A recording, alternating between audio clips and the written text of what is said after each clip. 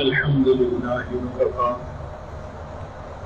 وسلام على عباده الذين اصطفى أما بعد أعوذ بالله من الشيطان الرجيم بسم الله الرحمن الرحيم من المؤمنين رجال صدقوا ما عاهدوا الله عليه فمنهم من قضى نحبه ومنهم من ينتظر وما بدلوا تبديلا سبحان ربك رب العزة عما يصفون وسلام على المرسلين والحمد لله رب العالمين اللهم صل على سيدنا محمد وعلى آل سيدنا محمد وبارك وسلم۔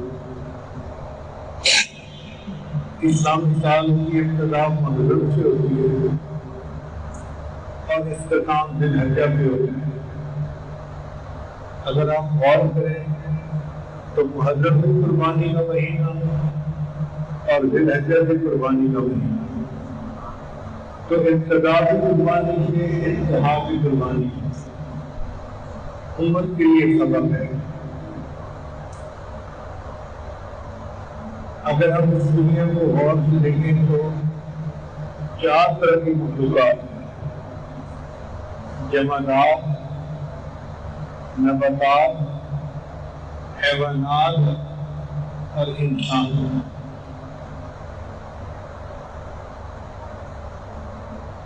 ہر مخلوق کا جو نام ہے اس کا پہلا حرف اس کی صفت بتاتے ہیں۔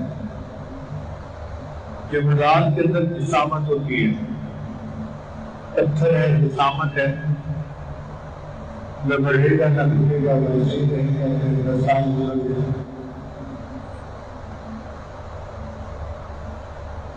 اور جمادات سے اعلیٰ ہے نباتات۔ چنانچہ کھیتی بونے کے لیے ہم زمین کو سینے کو چھین دیتے ہیں، گہرا چلاتے ہیں۔ کوئی یہ نہیں کہ ایسا کرتے ہیں دیکھو زمین پہ کتنا ظلم ہو رہا ہے۔ بھئی زمین ہے ہی اس لیے کہ اس پہ کھیتی کی جائے۔ اب کھیتی جب کرتے ہیں تو فصل لہلہا رہی ہوتی ہے، بہت خوبصورت ہوتی ہے۔ این جب وہ عروج پہ ہوتی ہے تو اس کو درانتی سے کاٹ دیتے ہیں۔ کوئی پوچھے گی کہ درانتی سے کیوں کاٹا؟ اس لیے کہ اس میں حیوانات کی غذا بننا تھا۔ یہ ظلم نہیں ہے، یہ مقصد ہے۔ اب حیوانات باقی کے پل کے جوان ہو جاتے ہیں، ہم ان کو قربان کر دیتے ہیں۔ کوئی یہ نہیں کہ ایسے چلے تو بڑا ظلم ہے، جانور کو چھری پھیر دی۔ بھئی مقصد زندگی ہی یہی تھا، اللہ نے ان کو پیدا ہی اس لیے کیا تھا، اس لیے یہ ظلم نہیں ہے، یہ فطرت ہے۔ تو اب آپ غور کریں، جمادات نباتات پہ قربان، نباتات حیوانات پہ قربان، حیوانات انسان پہ قربان، اور انسان اپنے رب رحمات پہ قربان۔ قانون یہ ہے کہ ادنا اعلیٰ پہ قربان۔ تو ہمارا دنیا میں آنے کا مقصد یہ ہے کہ ہم اللہ سے قربان۔ چنانچہ ایک قربانی اللہ تعالیٰ نے ابراہیم خلیل اللہ سے لی، انہیں حکم دیا کہ اپنے بیٹی کو میرے نام پر قربان کرو۔ وہ اس میں 100% کامیاب ہو گئے۔ اللہ تعالیٰ فرماتے ہیں ان ھذا لہو البلاء المبین، یہ بہت واضح آزمائش تھی، بہت بڑی آزمائش تھی۔ 92 سال کا بوڑھا اپنے 12 سال کے بیٹے کے گلے میں چھری چلائے، یہ کوئی معمولی بات نہیں ہے۔ اللہ تعالیٰ فرماتے ہیں فدیناہ بذبح عظیم، اس بچے کو ہم نے قربان نہیں ہونے دیا، اس کی بجائے ہم نے جنت سے ایک میڈا بھیجا، وہ قربان ہو گیا۔ سلام علی ابراہیم، ابراہیم تم نے سلام کی ہو، ابراہیم تمہیں شاباش ہو، ابراہیم تم جیتے رہو، تم نے کتنی اچھی قربانی کی، کتنے پیارے الفاظ سے اللہ نے ان کو اپریشیٹ کیا ہے کہ ابراہیم تم نے کتنا اچھا کام کر دکھایا، تم پہ سلامتی ہو، تم جیتے رہو۔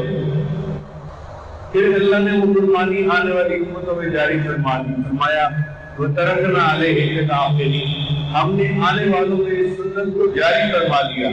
چنانچہ عید الاضحیٰ پہ ہم جو جانور قربان کرتے ہیں وہ ابراہیم خلیل اللہ کی سنت ہے۔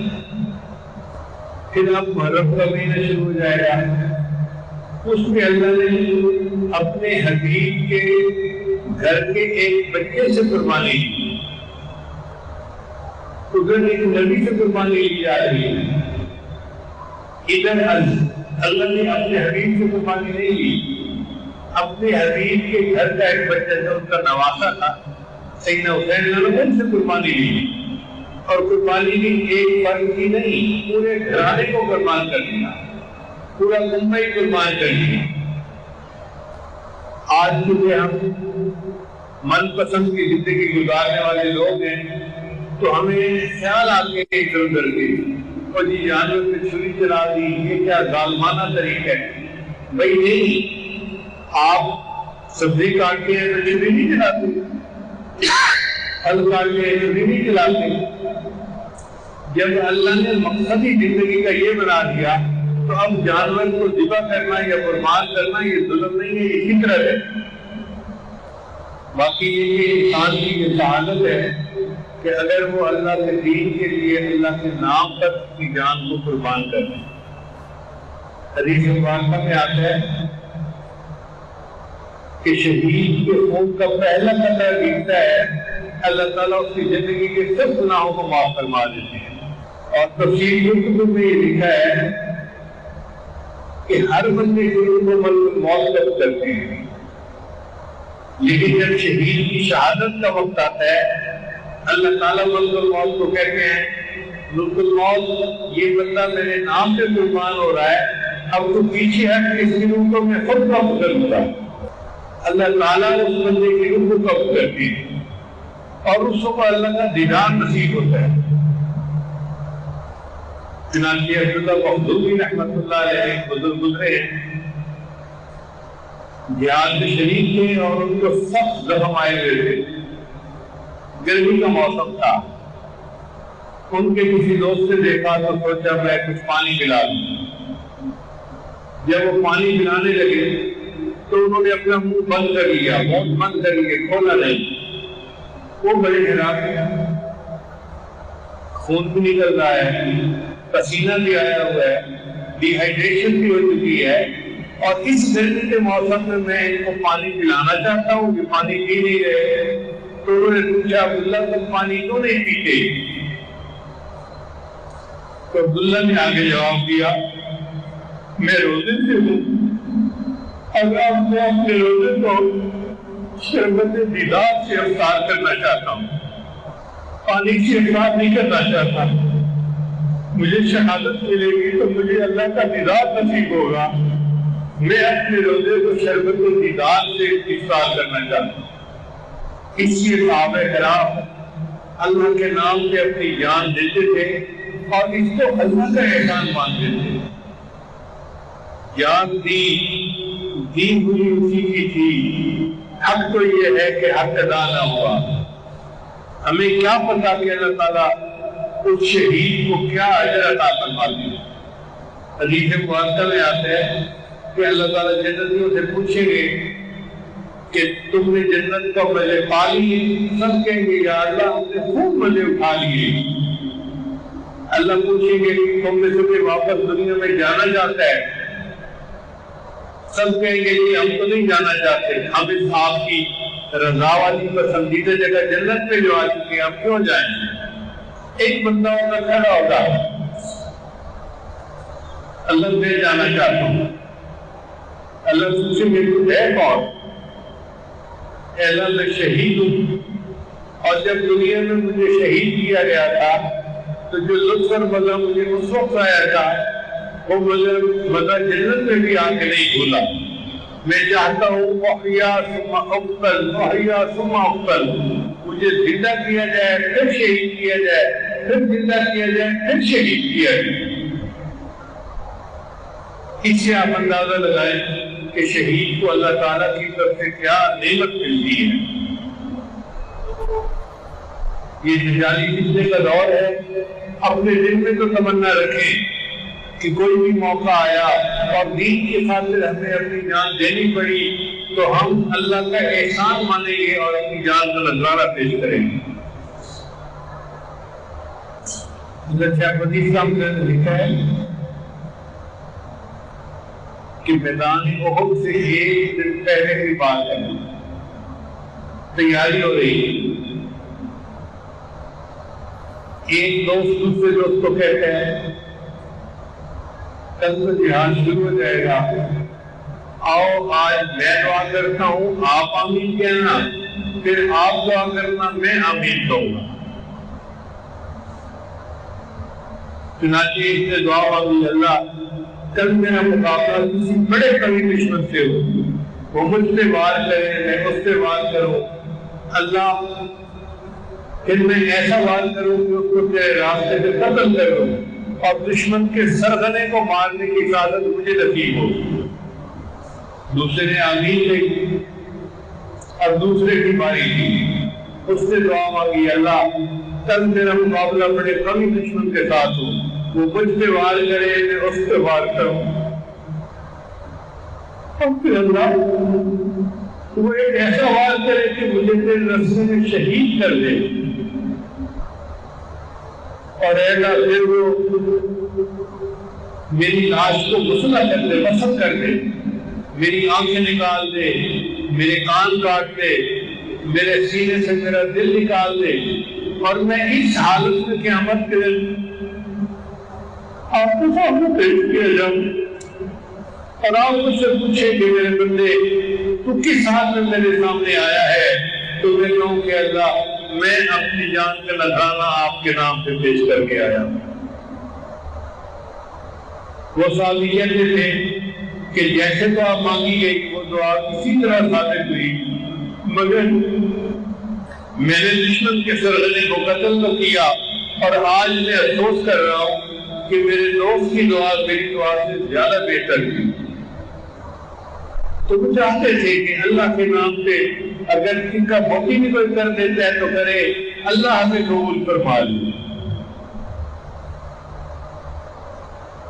یہ سونا میرے دکھ میں چراغ دی، جن میں سکھ نو چولہے ڈاوا، اگر میرا یار میرے دکھ سے راضی ہے تو میں سکھوں کو چولہے میں ڈالنے کے لیے تیار ہوں۔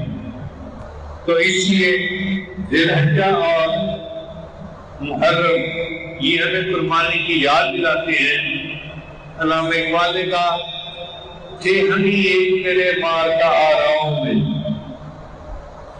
تھے ہمیں ایک کرے مار کا آراؤں میں، خشکیوں میں کبھی لڑتے کبھی دریاؤں میں، دی اذانے کبھی یورپ کے کلیساؤں میں، کبھی افریقہ کے تپتے ہوئے صحراؤں میں، شان آنکھوں میں نچتی تھی جہانداروں کی، کلمہ پڑھتے تھے ہم چھاؤں میں تلواروں کی۔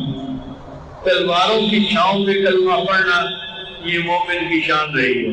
اس لیے کہتے ہیں شہادت ہے مطلوب و مقصود مومن، نہ مال غنیمت نہ کشور کشائی۔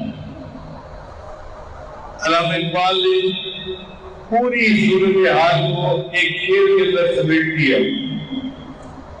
فرماتے ہیں غریب و سادہ و رنگین ہے داستان علم۔ غریب کا مطلب ہوتا ہے جو ون بلین ہو، بہت شاد ہو، تو یہ داستان بہت انوکھی ہے، سادہ ہے۔ رنگین سے مراد اون سے رنگین ہے۔ غریب و سادہ و رنگین ہے داستان علم، نہایت اس کی حسین ابتدا ہے اسماعیل، انتہا اس کی سیدنا حسین پر آ کر ہوئی اور ابتدا اس کی سیدنا اسماعیل علیہ السلام سے ہوئی۔ غریب و سادہ و رنگین ہے داستان حرم، نہایت اس کی حسین ابتدا ہے اسماعیل۔ تو یہ دونوں مہینے ہمیں قربانی کی یاد دلاتے ہیں۔ اللہ تعالیٰ ہمیں ایمان کی حرارت عطا فرمائے، ایسی محبت ہو کہ پروانہ شمع سے قربان ہونے کے لیے تیار ہو جائیں۔ ہم بھی اللہ کے نام سے اپنی جانیں قربان کرنے کے لیے تیار ہو جائیں۔